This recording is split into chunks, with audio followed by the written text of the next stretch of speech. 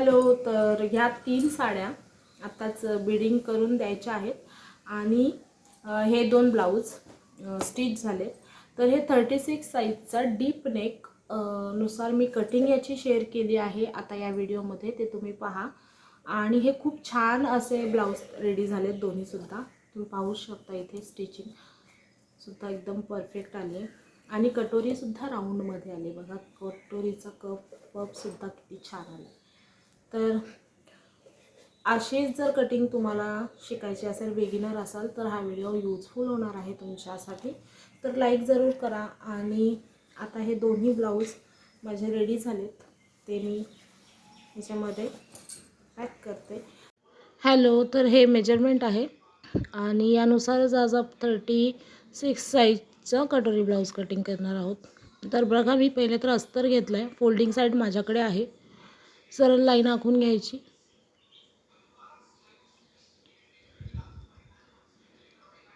आता इथे मला हवं आहे 13.5 इंचाची पूर्ण उंची आहे. त्याच्यामध्ये 1 इंच प्लस कमरेमध्ये जाईल, अर्धा इंच, अर्धा शोल्डरमध्ये. वरती मी 2.25 इंचाची गळारुंदी घेतली आहे, 3 इंचाचं शोल्डर, एकूण झालं 5.25 इंच. मी आर्महोल उतरवला आहे 6 इंचावरती. हा डीप नेकनुसार आहेत. आणि इथे छातीचा चौथा भाग प्लस त्याच्यात 1.5 इंच ॲड केलं आहे. तुम्ही 1 इंचसुद्धा करू शकता. फिटिंग मार्जिन आहे त्याच्यापुढे. आता हे बघा, इथे मी कमरेचा चौथा भाग, त्याच्यामध्ये 1 इंच डाटचटी आणि पुढे 1.5 इंच शिलाई मार्जिन. आता जसं मार्किंग केलं आहे ते आखून घेतलं प्रथम. कटोरीचा भाग आपण नेहमी कागदावर काढतो, कारण क्रॉस कटोरी घ्यावी लागते कपड्यावर, त्यासाठी. आता इथे मी 1.5 इंचाचा आर्महोलचा कर्व दिला आहे आणि हे बघा, इथे अर्धा इंच या पद्धतीने मोजून घ्यायचं आणि त्याला शेप द्यायचा. याच्याने काय होतं, फिटिंग करताना एकदम व्यवस्थित काखेमध्ये वर खाली वगैरे स्टिचिंग करताना होत नाही. आणि हा आर्महोल बघा, इथे थोडा जास्त झाला होता, मग त्यासाठी मी काय केलं, 1.5-6 इंच अंतरावर घेतला आहे. 5.5 1.5 मोजून घ्यायचा आणि त्यानुसार चेंजेस करायचे. कारण ना ओपन नेक असतो, त्याच्याने काय होतं, शोल्डर उतरतात आणि मग आर्महोल आपण त्यानुसार घ्यावे लागतात. आता मागच्या साईडला ना गळ्याची रुंदी मी 2.25 ठेवली.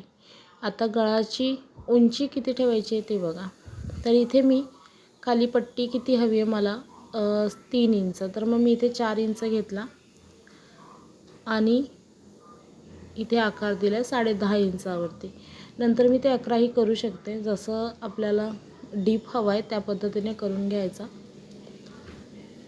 कारण आपण हे नंतर कमी जास्त करू शकतो. पण जर जास्त झालं तर कमी करता येत नाही, म्हणून जरा अंतर घ्यायचं कमी आणि कट करून घ्यायचं. आता इथे स्लीव्ज बघा, मी 2 फोल्ड कपडा आहेच, त्याला मी 4 फोल्ड केला, म्हणजे दोन्ही बाह्या आपण एकदाच कट होतील. हे सगळं मी कपड्यावरच कट करून घेते. तर उंची आहे 9 इंच, त्याच्यात 1 इंच ॲड केला स्टिचिंगसाठी लागणार आहे. आता घडी मला हवी आहे. घडी काय करायचं, छातीचा चौथा भाग घेऊन टाकायचा, 9 इंच तेवढी घडी लागते. तर तुम्हाला विड्थ पण समजली. आता काय करायचं, 1.5 इंच जे आपण स्टिचिंगसाठी जाणार आहे तिथे एक सरळ लाईन आखून घ्यायची आणि इकडे वरती 2 इंचाचा आखून घेतलं आणि या पद्धतीने व्हिडिओत दाखवल्याप्रमाणे मी शेप दिला आहे. आता आहे असं कट करून घ्यायचं. खाली स्लीव्सचं मार्जिन टाकलं आहे मी 5.5 इंच आणि त्याच्यापुढे 1.5 इंच शिलाई मार्जिन. त्या व्हिडिओत दिसत आहे त्या पद्धतीने मी कटिंग करून घेतली आहे. तर या पद्धतीने स्लीव्सचं कटिंग एकदम सोप्या पद्धतीने होतं. आता इथे मोजूनही घेतलं, एकदम परफेक्ट आलं आहे. आणि असा पुढच्या आर्महोलचा शेपसुद्धा याला देऊन घेतला, एक अर्धा इंचावरती. आता इथे थोडंसं जॉईंट द्यावं लागेल, तर ते किती बघा, एवढंच द्यावं लागणार आहे. आता पुढे हा जो मागचा भाग मगाशी मी ड्रॉ केलेला तो सुद्धा कटिंग करून घेतला. हे सगळं अस्तरवरती कटिंग करून घेते आणि नंतर मग ते मेन फॅब्रिकवर ठेवून मेन फॅब्रिक जास्तीचा घेऊन कट करायचं. आता या पद्धतीने त्याला पूर्ण व्यवस्थित असं कट करून घेतलं. तर इथे अस्तरवरती आपण 2 पार्ट डायरेक्ट कटिंग करून घेतलेत, मागचा पार्ट आणि स्लीव्ज. आता योकपट्टीसुद्धा मी इथेच काढणार आहे. ती बघा ती कशी, तर हा मागचा पार्ट आहे ना तो घ्यायचा आहे. तर एवढीच आपल्याला योकपट्टीची सुद्धा घडी लागणार आहे आणि उंची 3-3 इंच ठेवली आहे दोन्ही साईडला. आणि 3 इंचाच्या पुढे बघा इथे आपल्याला योकपट्टीचा आकार द्यायचा आहे. त्याच्यासाठी मी 1.25 इंच घेतला आणि इथे 3 इंच पूर्ण सरळ लाईन आखून घेतली या पद्धतीने. आता इथे काय करायचं, 3.5 इंचाचं अंतर घ्यायचं आणि असं योकपट्टीचा आकार द्यायचा.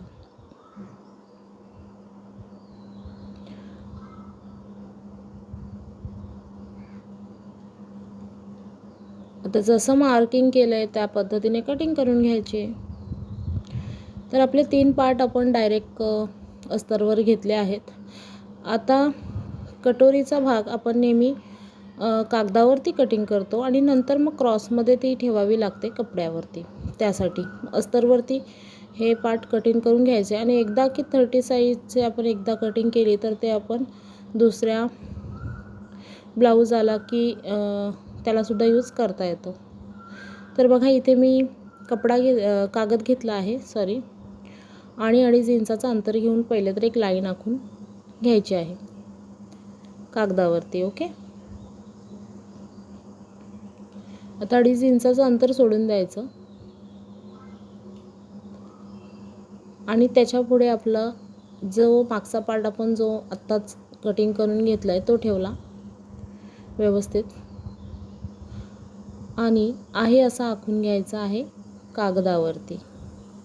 पेपरावरती आहे असा आखून घेतल्यानंतर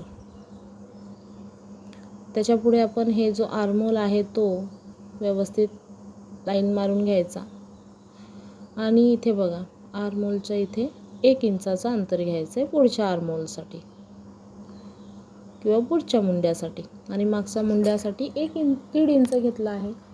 बघा मी लिहून पण देत आहे त्यामुळे तुम्हाला समजण्यास सोपं जाईल.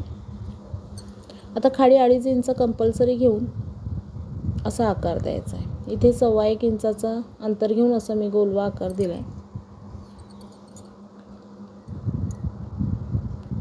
आता बघा मी योकपट्टीला 3-3 इंच अंतर घेतलेलं. सेम इथे सुद्धा योकपट्टीचं 3-3 इंचाचं अंतर घेऊन एक सरळ लाईन आखून घ्यायचं.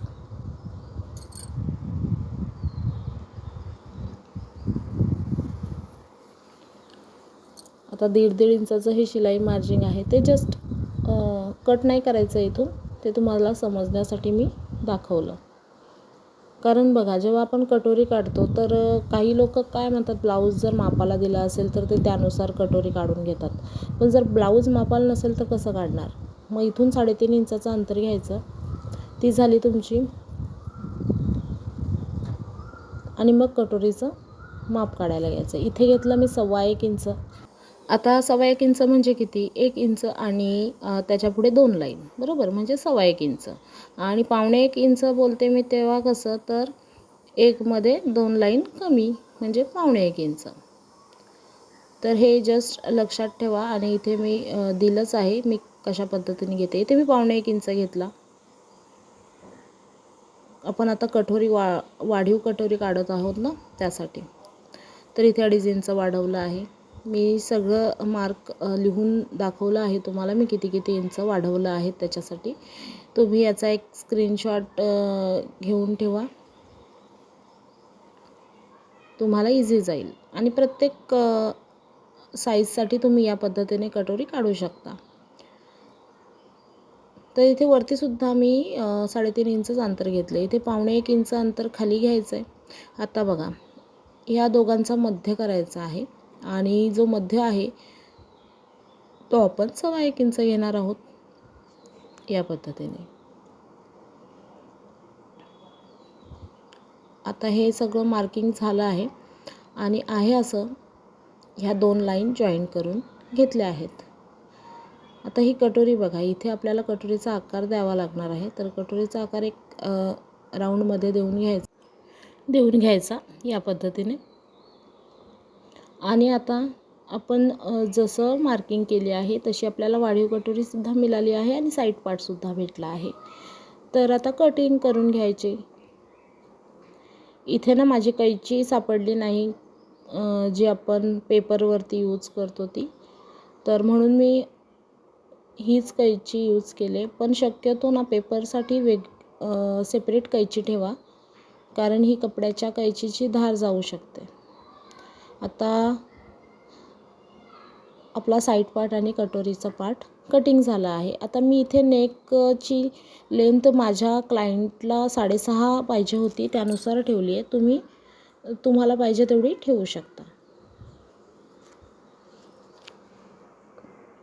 तर हे 2 पार्ट बघा या पद्धतीने आले पाहिजेत. हा भाग वाढीवच येतो. आता इथे वरती बघा, आपण हे आय हुकच्या साईडला आपण 1-1.5 इंच अंतर घेऊन वरती कट करणार आहोत. ह्याच्याने काय होतं, कटोरीचा आकार खूप छान येतो, एकदम राऊंडमध्ये कटोरी बसते. बघा आता इथे मी तुम्हाला दाखवत आहे, कपड्यावरती जेव्हा तुम्ही स्टिच कराल कटोरी तेव्हा 1.5 इंचाची विड्थ घ्यायची आहे आणि उंची 2.5 इंचाची घेऊन या पद्धतीने क्रॉसमध्ये स्टिच करायचं. आणि क्रॉसमध्ये स्टिच केल्यावर या पद्धतीने राऊंड एकदम छान अशी कटोरी तयार होणार आहे. बघा साईड पार्टसुद्धा कुठेच कमी जास्त होणार नाही. आणि स्टिचिंगसाठी 1/2 इंच अंतर घ्यायचं आहे, ते पण आपण ह्याच्यातच ॲड करूनच केलं. स्टिचिंग मार्जिनसुद्धा ॲड केलं आहे आणि बस्ट पॉईंटसुद्धा आपला परफेक्ट आला आहे. तर बघा इथे मी अस्तरवरती ठेवलं आहे आणि हे असं घेतलं. बघा इथे मी क्रॉसमध्ये ठेवते आहे कटोरी आणि मग करते, कारण ते स्ट्रेचेबल असतं ना कपडा, त्यासाठी कटोरी नेहमी आपण क्रॉसमध्येच ठेवायची. मी कशा पद्धतीने ठेवले ती पाहून घ्या आणि त्या पद्धतीनेच ठेवून कटिंग करून घ्या. स्ट्रेचेबल कपडा असतो ना, आपण पायपिंग ज्या पद्धतीने काढतो ना क्रॉस कपड्यावरती, तशीच कटोरीसुद्धा काढायची. त्याच्याने कटोरी खूप छान बसते.